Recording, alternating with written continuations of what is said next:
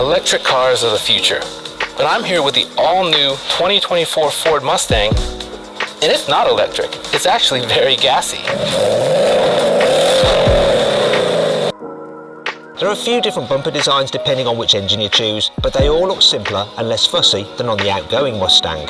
Ford has also got rid of the horizontal daytime running lights and looks a little bit like an afterthought. From the side though, the new Mustang has a very similar silhouette to the current model. There's a long bonnet, a raked windscreen and a sloping roofline. However, Ford has actually tweaked the shape of the roof to make it easier to get in and out of the new car if you're wearing a racing helmet. It has also softened some of the creases down the side and made the rear wheel arches look even wider and curvier than before. It's a similar story around the back. The old car's contrasting boot lid trim is gone and the brake lights have a single kink in each vertical bar instead of two. You still get the Mustang's signature quad exhaust pipes underneath, and you can bet your bottom dollar they are real pipes. But what do you think of the look of the new Mustang? Do you like its 1960s inspired design? Or do you think the new Nissan Z is a cooler retro sports car? I've actually put a pinned comment down below so you can vote on which is your favourite.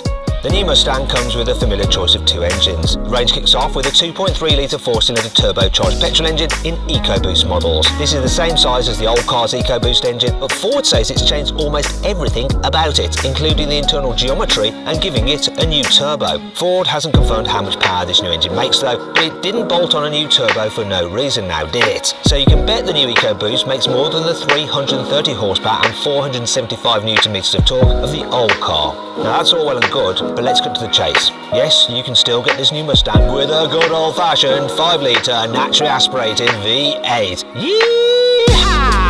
It's similar to the V8 you got in the old car, but Ford says this new version produces more power than ever thanks to a new dual throttle body design. This means it'll crank up more than 450 horsepower and 556 Nm of torque.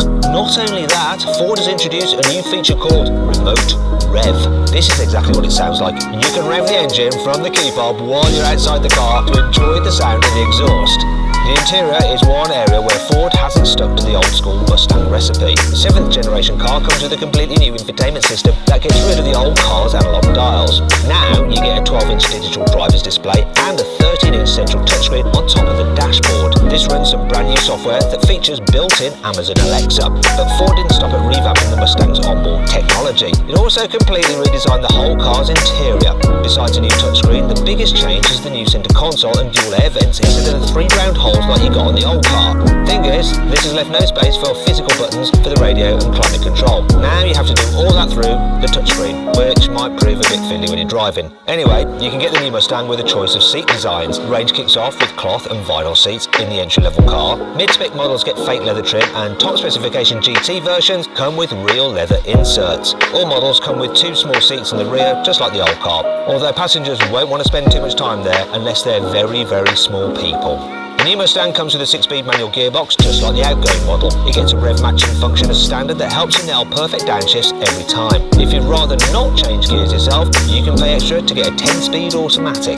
Although this is only available on V8 powered GT versions. You can't get it on the 2.3-litre EcoBoost Mustang. Well, not from launch. If you really want to enjoy the sound of that V8, you probably want to go for the Mustang convertible. Yes, this new 7th generation model continues the rich history of drop-top muscle cars. Ford hasn't made it complicated. You get a fabric roof that folds away into the boot. Nice and simple. This soft top has been designed so that the mechanism doesn't take up too much space in the back. In fact, Ford says there's enough room back there to carry a couple of gold bags even with the roof stowed. The Ford Mustang doesn't have many direct competitors anymore. The Dodge Challenger and Charger will be phased out in 2023 to make room for the all-new electric Dodge Charger. The Chevrolet Camaro is another famous muscle car that'll bite the dust, this time in 2024. You'll still be able to buy a Corvette for a good few years, but that's more of a budget supercar than a muscle car now, isn't it? This means the closest alternatives to the all-new Mustang are Japanese sports cars like the Toyota Supra. So how do these cars compare? Well, Ford hasn't confirmed any performance stats, but when you consider that the new V8 is going to have more power than the old car, it's not going to be slower, is it?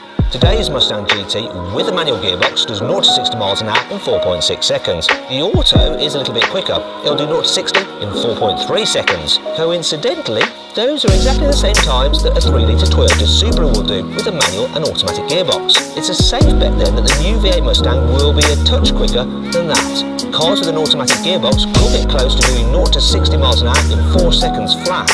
Now, if you want to see how the current Ford Mustang compares to the new Toyota Supra over the standing quarter mile, not, then just click on the pop-out banner that should be appearing in the top right-hand corner of the screen, or follow the link in the description below to watch my drag race. All new Mustangs come with independent front and rear suspension like you got on the old model, but Ford has given the 2023 car a new steering rack to make it feel sporty to drive. You can adjust exactly how sporty the car feels using 6 selectable drive modes. There's normal, sport, slippery, drag, track and a customisable profile when you can tweak all the settings individually. On top of that, you also get all the usual driver assistance systems, including adaptive cruise control, traffic sign recognition and automatic emergency braking.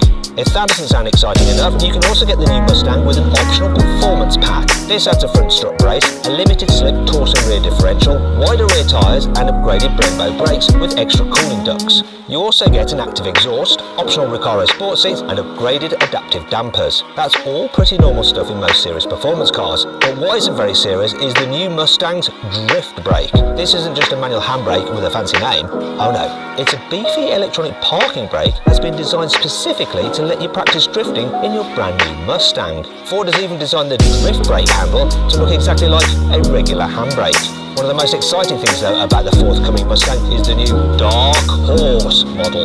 You can think of it like Ford's version of BMW's M competition cars. It's a more powerful, more track-focused version of the V8 Mustang GT. For starters, Ford gave it a unique body kit with even bigger scoops, intakes and vents. Ford also tuned the engine and fitted conrods from the old 760 horsepower Mustang Shelby GT500. The company won't say exactly how much power this new Dark Horse actually makes, only that it's projecting 500 horsepower. This puts the new car in the same territory as the 510 horsepower BMW M4 competition.